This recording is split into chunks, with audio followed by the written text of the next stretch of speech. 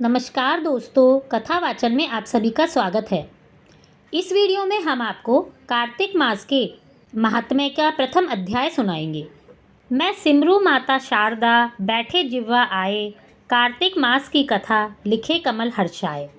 नैमिषारण्य तीर्थ में श्री सूत जी ने 88,000 सनकादि ऋषियों से कहा, अब मैं आपको कार्तिक मास की कथा विस्तार पूर्वक सुनाता हूँ, जिसका श्रवण करने से मनुष्य के सभी पाप नष्ट हो जाते हैं और अंत समय में बैकुंठ धाम की प्राप्ति होती है। सूत जी ने कहा, श्री कृष्ण जी से अनुमति लेकर देवर्षि नारद के चले जाने के पश्चात सत्यभामा प्रसन्न होकर भगवान श्री कृष्ण से बोली, हे प्रभु, मैं धन्य हुई, मेरा जन्म सफल हुआ। मुझ जैसी त्रिलोक के सुंदरी के जन्मदाता भी धन्य हैं, जो आपकी 16,000 स्त्रियों के बीच में आपकी परम प्यारी पत्नी बनी। मैंने आपके साथ नारद जी को वह कल्प वृक्ष आदि पुरुष विधि पूर्वक दान में दिया, परंतु वही कल्प वृक्ष मेरे घर लहराया करता है। यह बात मृत्युलोक में किसी स्त्री को ज्ञात नहीं है। हे त्रिलोकीनाथ, मैं आपसे कुछ पूछने की इच्छुक हूँ। आप मुझे कृपया कार्तिक महात्म्य की कथा विस्तार पूर्वक सुनाइए, जिसको सुनकर मेरा हित हो और जिसके करने से कल्प पर्यंत भी आप मुझसे विमुख ना हो। सूत जी आगे बोले, सत्यभामा के ऐसे वचन सुनकर श्री कृष्ण ने हंसते हुए सत्यभामा का हाथ पकड़ा और अपने सेवकों को वहीं रुकने के लिए कहकर विलासयुक्त अपनी पत्नी को कल्प वृक्ष के नीचे ले गए।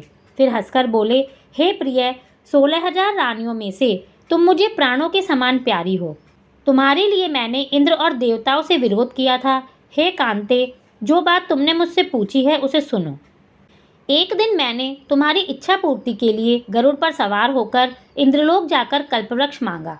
इंद्र द्वारा मना किए जाने पर इंद्र एवं गरुड़ में घोर संग्राम हुआ और गौलोक में भी गरुड़ जी गौओं से युद्ध किया। गरुड़ की चोंच की चोट से उनके कान और पूंछ कटकर गिरने लगे, जिससे 3 वस्तुएं उत्पन्न हुई। कान से तंबाकू, पूंछ से गोभी और रक्त से मेहंदी बनी। इन तीनों का प्रयोग करने वाले को मोक्ष नहीं मिलता। तब गौओं ने भी क्रोधित होकर गरुड़ पर वार किया तो उसके भी 3 पंख टूटकर गिर गए। इनसे पहले पंख से नीलकंठ, दूसरे से मोर और तीसरे से चकवा चकवी उत्पन्न हुए। हे प्रिय, इन तीनों का दर्शन करने मात्र से ही शुभ फल प्राप्त होता है। यह सुनकर सत्यभामा ने कहा, हे प्रभु, कृपया मुझे मेरे पूर्व जन्म के विषय में बताइए कि मैंने पूर्व जन्म में कौन कौन से दान, व्रत व जप नहीं किए।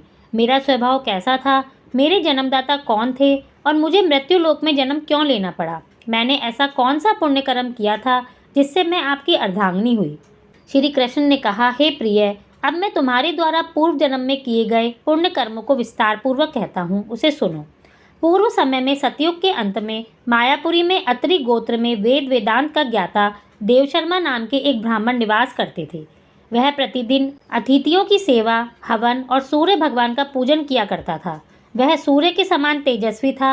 वृद्धावस्था में उसे गुणवती नामक कन्या की प्राप्ति हुई। उस पुत्रहीन ब्राह्मण ने अपनी कन्या का विवाह अपने ही चंद्र नामक शिष्य के साथ कर दिया।